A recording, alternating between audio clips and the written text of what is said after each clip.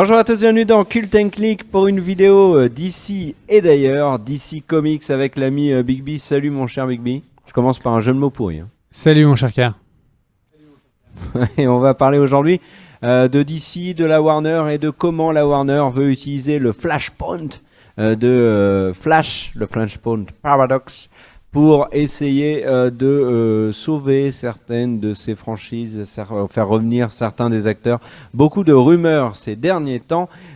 Tu vas nous faire un point complet, mon cher Big B. C'est parti, nous t'écoutons tous et toutes très attentivement. Alors, tout à fait. On va d'abord replacer qu'est-ce que le Flashpoint, qu'est-ce que ce thème qui est utilisé, en tout cas cette histoire, ce pitch qui est utilisé pour le prochain film de The Flash. Et puis après, on va dévoiler un petit peu de choses sur comment ça pourrait être utilisé pour que DC, qui est très en panne, puisse redémarrer. Alors, qu'est-ce que l'histoire du Flashpoint Paradox ? L'histoire du Flashpoint Paradox est assez simple.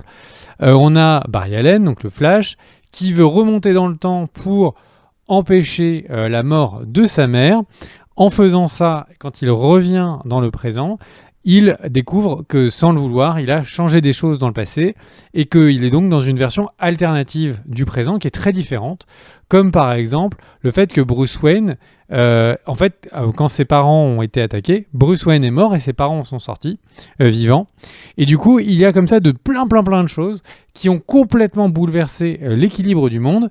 Et du coup, Barry est là, ne sachant pas déjà qu'est-ce qu'il a changé qui aurait pu faire cet effet papillon. Est-ce qu'il doit essayer de rechanger pour recréer en fait ces catastrophes, enfin pour empêcher ces catastrophes, mais est-ce qu'il ne va pas en créer d'autres? Et donc au final, ce voyage dans le temps qu'il fait en courant très vite génère comme ça des versions alternatives de l'histoire qu'il connaît. Alors, ça, c'est la base du Flashpoint Paradox. Le Flashpoint Paradox est celui qu'on connaît, qui est utilisé notamment dans le film animé, est une série de crossover comics qui a été diffusée en 2011. Il y a eu un film qui a été sorti il y a quelques années, à succès, qui est un très bon film animé que je vous conseille de regarder. Et en fait, si on se base sur l'histoire de DC et des crossovers, c'est pas la première fois qu'ils utilisent le Flash comme étant en fait le point de départ ou la résolution pour aller comme ça travailler des mondes alternatifs. Ils utilisent vraiment souvent le pouvoir de la Speed Force, donc ce pouvoir donc, de la force de la vitesse, de la force véloce, je crois qu'il l'appelle de temps en temps, que le Flash a pour pouvoir aller courir très vite. Pour résoudre plusieurs de ces histoires. Alors là, vous me voyez un peu venir gros comme une maison, mais je travaillerai ce côté monde parallèle dans quelques instants. Déjà, ce qu'on peut dire, c'est que le film n'a pas eu de confirmation de date depuis le Covid, mais il était prévu que le film sorte en 2022. C'est une date qui a l'air d'être il y a très peu de chances qu'elle soit tenue pour plusieurs raisons qu'on va évoquer. Le casting à l'époque était notamment tenu. Alors, il y avait principalement donc, le réalisateur qui est Andy Muschietti. Je dois sans doute encore une fois défoncer la prononciation, qui était notamment connu comme étant le réalisateur de Ça 1 et 2. Donc qui ont été des films à très gros succès. Warner a tendance à des réalisateurs à très gros succès à leur laisser les coups des franches pour faire ce qu'ils veulent. On a par exemple eu le cas avec le réalisateur des Hangovers qui a pu faire le Joker comme il le voulait, plus sombre que ce que voulait Warner. Et donc là, on avait vraiment l'idée, comme dit Muschietti, allait pouvoir faire un peu le film qu'il voulait.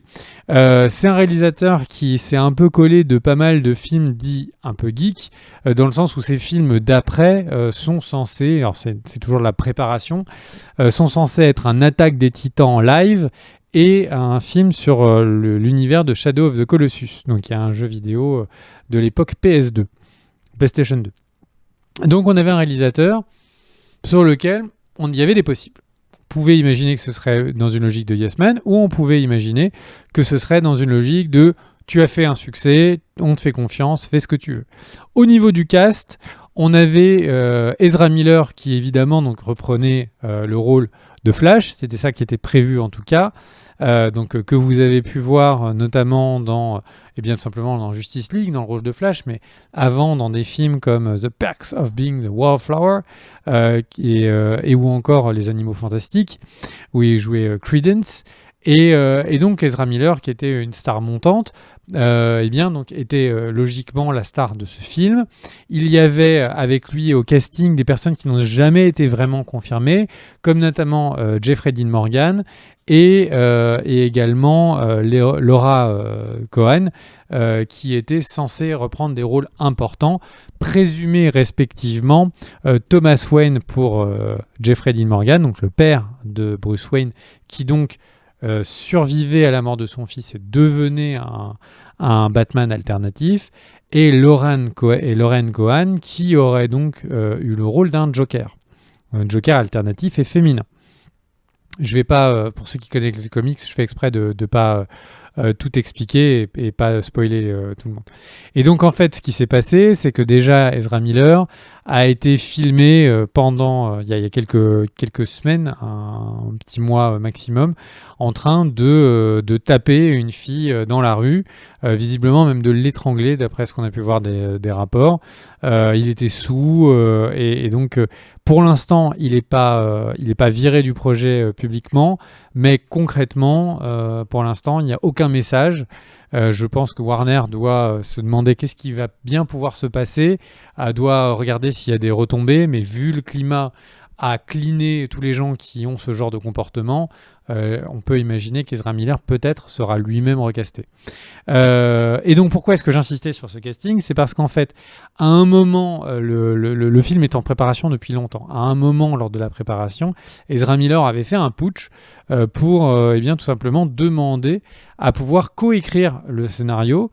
Et en fait, il profitait du fait qu'il était obligatoirement acteur principal du film, ayant déjà fait Justice League, pour écrire. Pour rappel, il n'a aucune expérience d'écriture majeure. Je crois qu'il a été mis scénariste, co-scénariste, ou qu'il aurait participé sur des courts-métrages, mais rien sur des longs-métrages, donc ça sentait pas très bon. Et là, je pense que tout ça, c'est un petit peu... Il n'y a aucune annonce. Tout ça, c'est un peu dans le flou, pour des raisons que vous pouvez comprendre autour de cette attaque qu'Ezra Miller a fait sur une femme. Maintenant, le truc, c'est que le film, lui, n'est absolument pas annulé, et pour des raisons qu'on va vous expliquer là maintenant. Et pour rentrer dans les détails, je pense qu'il est pas mal que Kerr vous fasse un peu un point sur les autres films d'ici et les autres acteurs d'ici. Certains sont en deal, certains ne sont plus en deal, et du coup, Kerr va vous en parler. Kerr, je te laisse prendre la parole. Alors oui, l'avenir de DC et quel film a été prévu avant le Covid-19 qui a à mon avis changé énormément de choses chez la Warner. Et puis pas que ça, hein, parce qu'il y a aussi l'échec de Birds of Prey qui peut aussi avoir des conséquences sur le planning. Alors juste sur Ezra Miller, moi je pense qu'il va perdre son poste sur The Flash et dans Les Animaux Fantastiques. C'est tellement stupide ce qu'il a fait que je ne le vois pas réussir à se sauver les miches, puis j'ai pas envie qu'il y arrive d'ailleurs. Là concrètement, il y a Birds of Prey donc, qui est sorti début 2020, et ensuite le prochain film c'était Wonder Woman 2, donc il n'y aura pas de conséquences avec le Flashpoint Paradox. Il ne devrait pas non plus y avoir de conséquences avec The Batman, le film de Matt Reeves avec Robert Pattinson, qui sortira en 2021, mais qui devrait logiquement être repoussé. Là pour l'instant il est à juin 2021, mais c'est peu probable qu'il sorte à cette période, d'autant plus que le tournage a été arrêté au moment du Covid. Un autre film d'ici qui ne sera pas impacté par le Flash, parce que mine de rien, il y a plein de films d'ici qui sont censés sortir avant Flash. Il y a le Suicide Squad de James Gunn, qui est prévu pour l'été 2021. Pareil, à mon avis, il sera repoussé. Il y a Black Adam, qui était prévu pour décembre 2021, mais alors lui, c'est le running gag. Ça fait 50 ans qu'il est annoncé avec Dwayne Johnson. À mon avis, là, ça a été officialisé. Il y a eu une affiche, etc. Mais ça ne sera pas pour fin 2021, c'est impossible. Il y a Aquaman 2 qui est très attendu du côté de la Warner, peut-être pour vous aussi, hein, parce que le premier a rapporté énormément de pognon et il est censé sortir en juin 2022. Et c'était un mois après que devait sortir le Flash, donc que tu évoquais, écrit par Ezra Miller, avec dans les acteurs qui avaient été confirmés. Donc toi, tu as parlé des rumeurs autour de Jeffrey Dean Morgan et de Lauren Cohan, donc qui est Maggie de The Walking Dead. D'ailleurs, c'est marrant de voir Negan et Maggie en couple chez DC. Dans ceux qui étaient confirmés, il y avait l'actrice Kiersey Clemons qui était déjà confirmée. Pour l'instant, c'est toujours le cas. Et en fait, si on fait la liste des films qui sont censés arriver après, concrètement, on a New Gods d'Ava DuVernay, qui est toujours prévu, sur les personnages de Mr. Miracle et de Big Barda. Excuse-moi, je les connais pas, donc je fais vite. Il y a un Batgirl qui était prévu, mais est-ce qu'ils vont maintenir le Batgirl alors que Birds of Prey a échoué? Je ne sais pas. Il y avait un autre film avec Margot Robbie en Harley Quinn. Il y avait un Green Lantern Corps avec Geoff Jones au scénar. On ne sait pas non plus. Il y avait un spin-off d'Aquaman, film d'horreur qui s'appelle La Fosse, sur les créatures des abysses qu'on voit dans le premier Aquaman. On sait que J.J. Abrams et Bad Robot travaillent sur un film d'ici. On n'a pas plus d'infos. Et on a bien évidemment ces rumeurs qui reviennent constamment sur le retour d'Henry Cavill en Superman dans Man of Steel 2, mais ça n'est pas le seul acteur qui est censé avoir quitté, sans avoir quitté l'univers d'ici, qui serait sur le point d'en venir. Il y a des personnages, des acteurs assez curieux qui sont en négociation pour revenir chez DC. Dis-nous en plus, mon cher Bigby. Alors tout à fait, donc les premières annonces qui ont été un peu surprenantes, c'était donc Henry Cavill qui, pour ceux qui s'en rappellent, dans Shazam, était montré, on pourrait montrer Superman sans sa tête. Il était cadré jusque-là tout simplement parce que en fait, ils étaient en train d'avoir un problème avec Henry Cavill et ils ne pouvaient pas l'utiliser. Là, il y a de nouvelles discussions pour qu'il soit dans de nombreux films. Il y a pas de... On ne sait pas combien, mais c'est de nombreux films, la négociation. Le truc, c'est qu'en fait, on a un univers d'ici qui a un Henry Cavill qui plaît beaucoup, qui en plus, quand il est parti tout seul, a fait un Mission Impossible qui a eu plutôt un bon succès, un Witcher dont Netflix n'arrête pas de dire que c'est un succès intersidéral, et en fait, donc il s'en sort très bien. Donc d'ici n'a pas de raison de business de le laisser partir. On a Gal Gadot qui fonctionne très très bien en Wonder Woman. Et on avait Ben Affleck qui par contre a eu un clair rejet du public, mais dont il est évoqué que peut-être il pourrait revenir. Donc on a vraiment d'ici qui a le problème que n'a pas eu Marvel au moment où ils étaient au plus fort, c'est-à-dire de devoir recaster des personnes. Pour rappel, Hulk, le premier Hulk était joué par Edward Norton, ils l'ont recasté tout de suite. Mais Marvel n'était à l'époque pas le Marvel actuel. Il y a eu également aussi Rhodys, qui était joué par un acteur dans le premier Iron Man, puis dans Iron Man 2 était joué par un deuxième acteur. Donc en fait, le truc, c'est que comme Marvel est monté au fur et à mesure, ils se sont laissé la souplesse de pouvoir recaster des personnes. Là, en arrivant et en jouant Batman, forcément que les attentes du public sont énormes, pas facile de recaster en cours de route un acteur. Et donc, pourquoi est-ce qu'on vous parle aussi d'autres rumeurs? C'est parce qu'en fait, là, en ce moment, il y a eu des rumeurs insistantes sur le fait que DC voulait de nouveau voir Christian Bale dans le rôle de Batman pour le Flash. Et comme ces news rumeurs avaient l'air de prendre un peu l'eau, ou en tout cas que les négociations avaient l'air de prendre l'eau pour des raisons que je vais expliquer tout de suite, il y a eu juste après des négociations avec Michael Keaton qui reprendrait le costume du Batman. Alors, en fait, pourquoi tout ça? Pourquoi est-ce que le Flash, ça peut être une solution? On va en parler. Déjà, pourquoi vouloir remettre des Batman, d'anciens Batman? Comme je le disais, le Flashpoint, le principe même, c'est le fait de pouvoir aller sur des réalités alternées. Et donc, en fait, on pourrait avoir complètement le Flash, le personnage, qui du coup va dans une réalité alternée où il y a le Joker qu'on connaît avec Joaquin Phoenix, puis revenir dans une autre version où il y a un autre Joker qui est Lauren Cohan.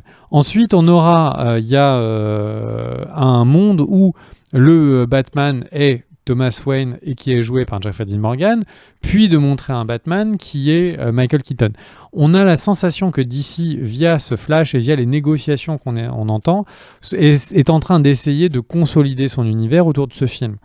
Les négociations avec Christian Bale ont l'air d'être un peu farfelues. Je dis pas que Warner n'a pas eu envie de le faire, ce serait assez logique d'essayer de se reconnecter avec son plus gros succès de ces dernières années en allant chercher son Dark Knight. Le truc, c'est qu'en fait, il faut pas oublier tout simplement que Christian Bale a déjà dit à plusieurs reprises qu'il ne voulait plus porter le costume. Pour lui, c'était une trilogie et c'est tout. Ça s'est terminé de manière un peu sèche entre Warner et Bale. Et aussi, il y a une négociation en cours de Christian Bale pour qu'il arrive, ce n'est pas annoncé publiquement, mais ça a l'air d'être très avancé, pour qu'il arrive du côté de Marvel, notamment dans Love and Thunder, donc le prochain Thor. Donc, et pour rappel, les acteurs qui jouent dans Marvel ont une clause qui dit qu'ils n'ont pas le droit de jouer dans DC, sauf évidemment s'ils avaient joué dans DC avant. Donc en gros, on peut imaginer que Christian Bale, c'est vraiment, ça va pas arriver.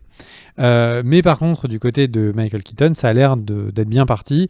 Il y a eu plusieurs annonces des deux côtés, du côté de Warner, du côté de Keaton, qui laissent sous-entendre que ça va arriver. Donc concrètement, le film est en train d'avancer, parce que là, les dernières news sur Michael Keaton, c'était il y a 2 semaines. Donc le film est en train d'avancer. Le film est en train d'avancer dans une logique d'essayer d'englober tout l'univers de DC. Et en fait, quel film pourrait être le meilleur reboot à cet univers DC ? Aucun, parce qu'en fait, c'est pas Aquaman qui va arriver en disant il y a des univers parallèles, c'est pas, ce serait très bizarre que ce soit Wonder Woman. Et là, c'est clairement, c'est le but, c'est l'histoire de ce film, donc c'est le point parfait. Le problème, c'est que DC joue de pas de chance. C'est sûr que s'il y avait eu Robert Downey Jr. qui avait été pris en tapant quelqu'un, peut-être qu'il n'y aurait jamais eu les Marvel qu'on connaît. Et là, en fait, il mise sur le Flash et Ezra Miller commet des trucs inconcevables. Donc, en gros, on a un film qui a un enjeu extrêmement important pour DC, un film qui, comme pour les derniers DC, a de nombreuses pannes. La question, c'est comment ils vont le colmater. S'ils devaient recaster, c'est presque le meilleur moment pour le faire. Et j'ai envie de dire, du coup, au revoir à Ezra Miller, au revoir à ses demandes. C'est presque, ils ont tous des clauses de moralité. C'est presque parfait pour eux de pouvoir l'invoquer en ce sens pour se débarrasser de Ezra Miller. Donc en tout cas, attendez de voir plus d'informations autour de Flash. Il y a presque 2 semaines et demie au moment où on enregistrait cette vidéo. Le réalisateur Muschietti avait annoncé qu'il y aurait de nouvelles annonces prochainement. Donc attendez-vous à des annonces et quelles que soient ces annonces, attendez à essayer de leur donner de la perspective pour vous dire que c'est DC Comics, et Warner pour l'adaptation en film, est en train de prévoir la revanche par rapport au succès fracassant de Marvel via ce film. Donc il est vraiment important à de nombreux égards. Est-ce que toi, tu as hâte de le voir ? Est-ce que tu as hâte de retrouver un DC costaud ou les Marvel, ça te suffit, Kerr ? Non, j'ai bien évidemment envie de revoir de très bons films d'ici, il n'y a pas de raison. Ce Flash-là, j'ai envie de dire pourquoi pas. Après, ça avait été teasé très clairement dans je crois que c'est dans Batman vs Superman qu'on a un tease non, c'est pas dans Batman vs Superman, c'est dans Justice League qu'il y a un tease du Flashpoint Paradox. Après,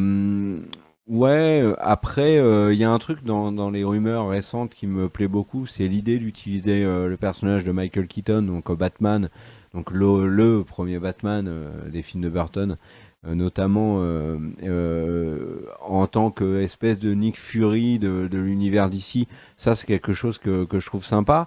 Et moi, j'ai une question à te poser. Est-ce que tu penses que je me permets juste de réagir Oui. par rapport à Michael Keaton.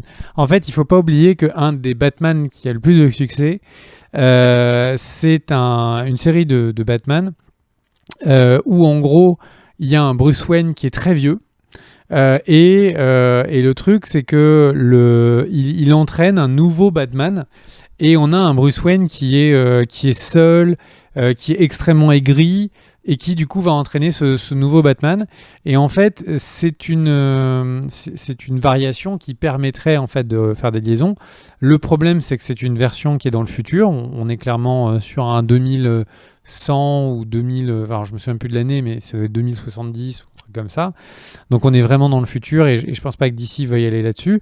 Mais c'est un archétype de Batman qui a bien fonctionné. Voilà.